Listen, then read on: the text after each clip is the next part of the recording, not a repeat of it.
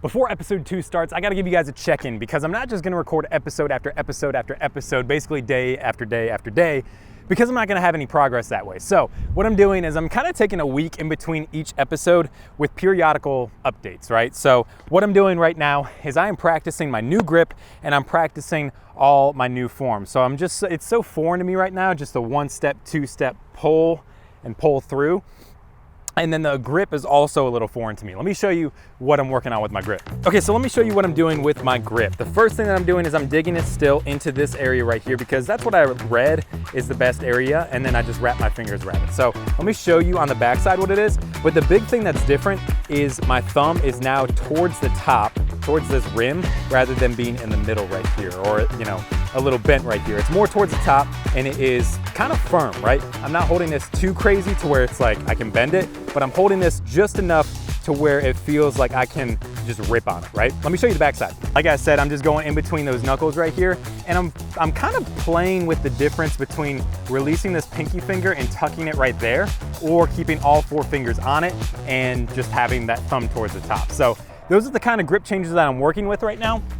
And then, like I said, the other thing is just this 3-step run up, and also the timing of everything right here.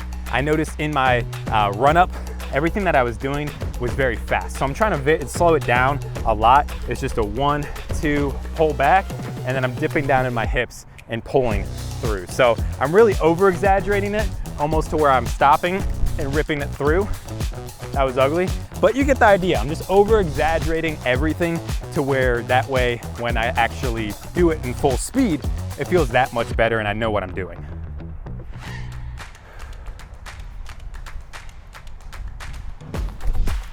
Like that. Already feeling a lot better.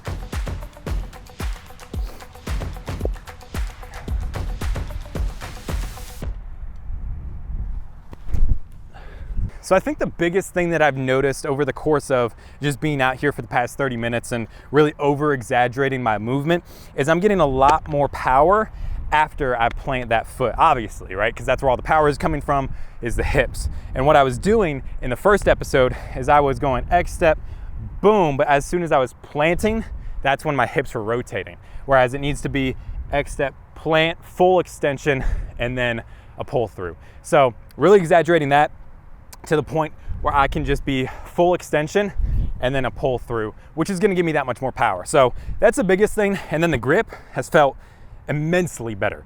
Just that thumb at the top feels like I have that much more control and I'm gonna get that much more of a rip on it. So this is check-in from 2 days after I recorded the first video. Already feeling a little bit better, not gonna lie. So we will see you at the beginning of episode 2.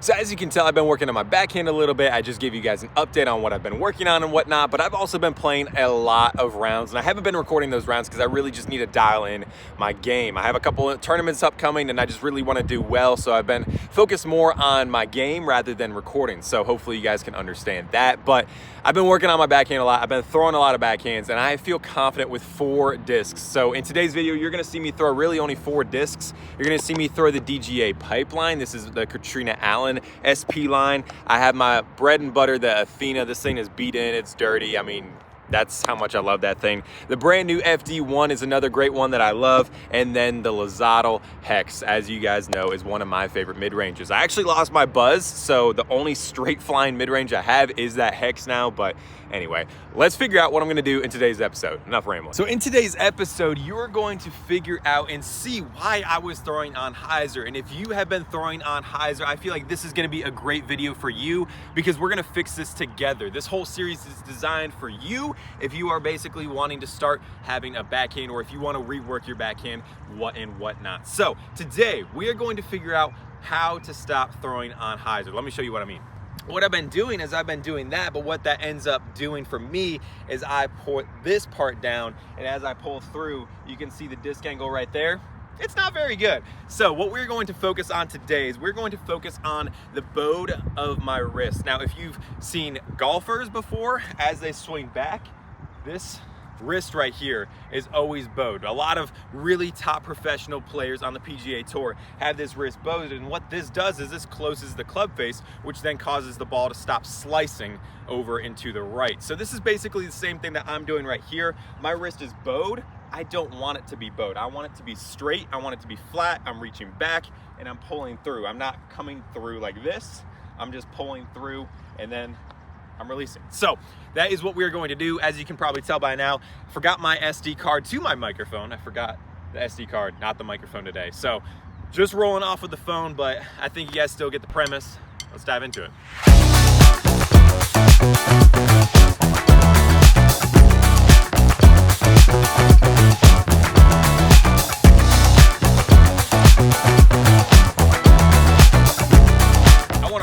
What my form looked like from that exact angle last episode to what it looks like now. I feel like there's a difference just in my motion, but on camera, it might look identical. I don't know, let's see.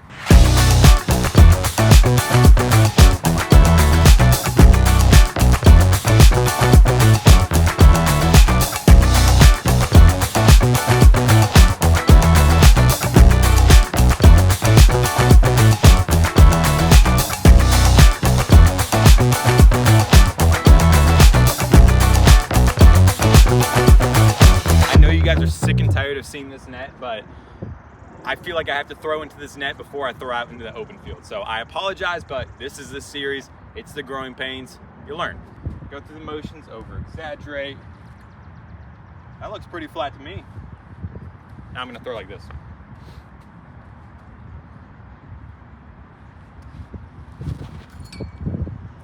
The hard thing about throwing into a net is you can't really tell how the disc is going to fade or finish or turn or all these different things. So I felt like I threw that flat, but then right at the very end before it hit the net, I felt like it was kind of released like that, just on a little bit of hyzer. So let's just work this thing out.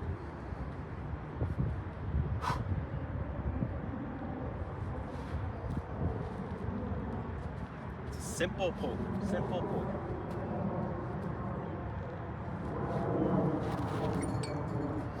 That's the one. That felt good. It looked flat.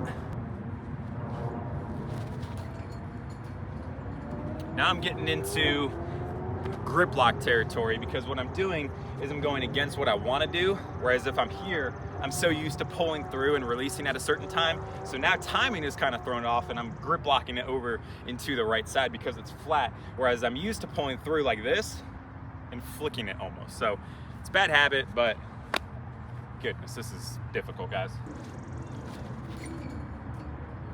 That's the one.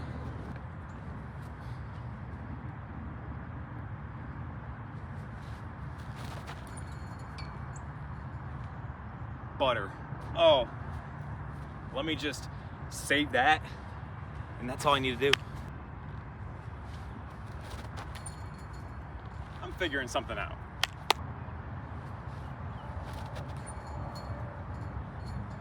Reps. It's all about reps. All about reps. They're feeling good, guys. They're feeling good. For this robot to paint all the lines for the soccer field. Should we be scared for our jobs? I think we should.